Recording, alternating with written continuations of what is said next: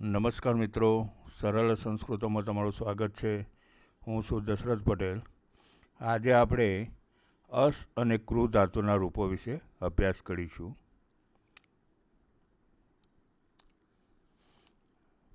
અહીં જોઈએ મિત્રો, આમ આપણે પહેલો, ચોથો, છઠ્ઠો અને 10મો આ 4 ગણનો અભ્યાસ કરીએ છીએ. પણ અહીંયા જોઈએ કે અસ ધાતુ એ બીજા ગણનો છે. બીજો ગણ પરસ્મય પદ અને ક્રુ ધાતુ એ 8મા ગણનો છે. ઉભયપદી છે. અહીંયા આપણે પરસ્મય પદીના બંનેના રૂપો જોઈશું. તો અહીંયા જોઈએ અસ એટલે હોવું, કે કોઈ વાક્ય એવું હોય કે હું વિદ્યાર્થી છું. આ છું લખવા માટે આપણે ઇંગ્લિશમાં જેમ ટુ બીના રૂપોનો ઉપયોગ કરીએ છીએ, એમ અહીંયા અસ એ ટુ બીના રૂપો તરીકે વપરાય છે. અને કોઈને પ્રશ્ન કરીએ કે તું શું કરે છે, ટુ ડુ કરવું, તો એ પ્રશ્ન પૂછવા માટે આપણે ક્રુ ધાતુનો ઉપયોગ કરીશું. આમ અસ અને ક્રુ બંને ધાતુનો અભ્યાસ કરવો જરૂરી છે. તો અહીંયા લટ લકાર એટલે કે વર્તમાનકાળ પરસ્મય પદ એના રૂપો જોઈએ તો અસ ધાતુના અસ્મિ, સ્વઃ, સ્મઃ, અસી, સ્થઃ, સ્થ, અસ્તિ, સ્તઃ, સંતિ.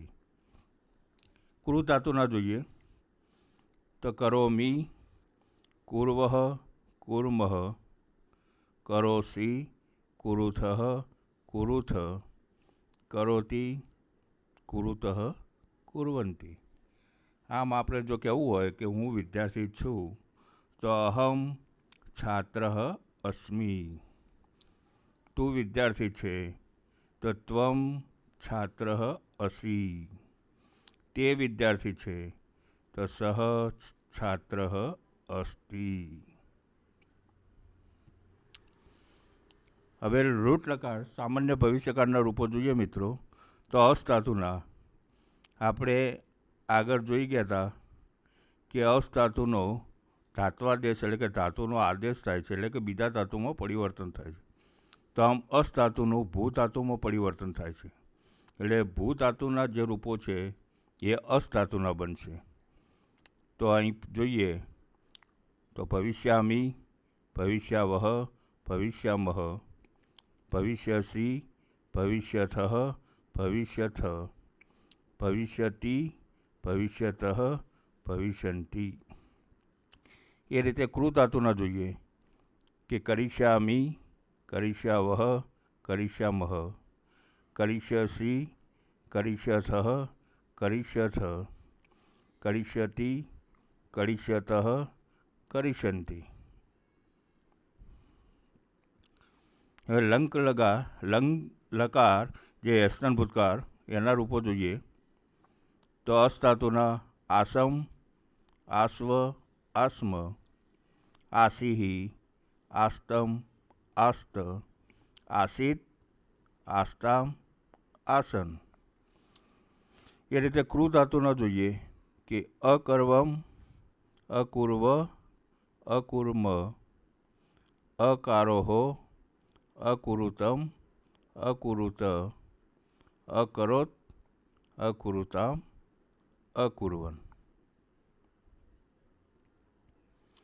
લોટ લકાર આજ્ઞાર્થના રૂપો જોઈએ મિત્રો તો અસ ધાતુના અસાની, અસાવ, અસામ, એધિ, સ્તમ, સ્ત, અસ્તુ,સ્તામ, સંતુ.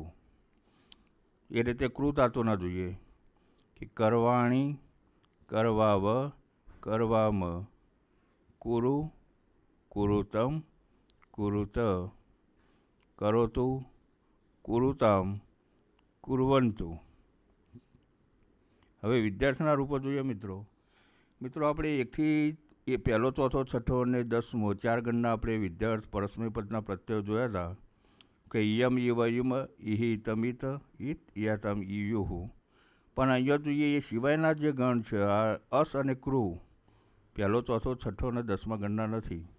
તો એના પ્રત્યયો વિદ્યાર્થના આ પ્રમાણે થશે કે યામ, યાવ, યામ, યાહા, યાતમ, યાત, યાત, યાતમ, યુહુ. તો હવે રૂપો જોઈએ મિત્રો કે અસ ધાતુના વિદ્યાર્થના રૂપો જોઈએ તો શ્યામ, શ્યાવ, શ્યામ, શ્યાહા, શ્યાતમ, શ્યાત, શ્યાત, શ્યાતમ, શ્યોહુ.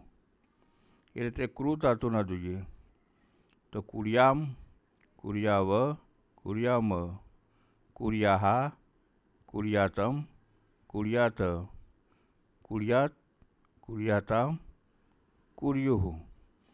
તો આ રીતે મિત્રો અસ અને કૃ ધાતુના આ પાંચેય લકારના રૂપો આ પ્રમાણે થશે. અહીં આટલા સુધી મિત્રો. ધન્યવાદ.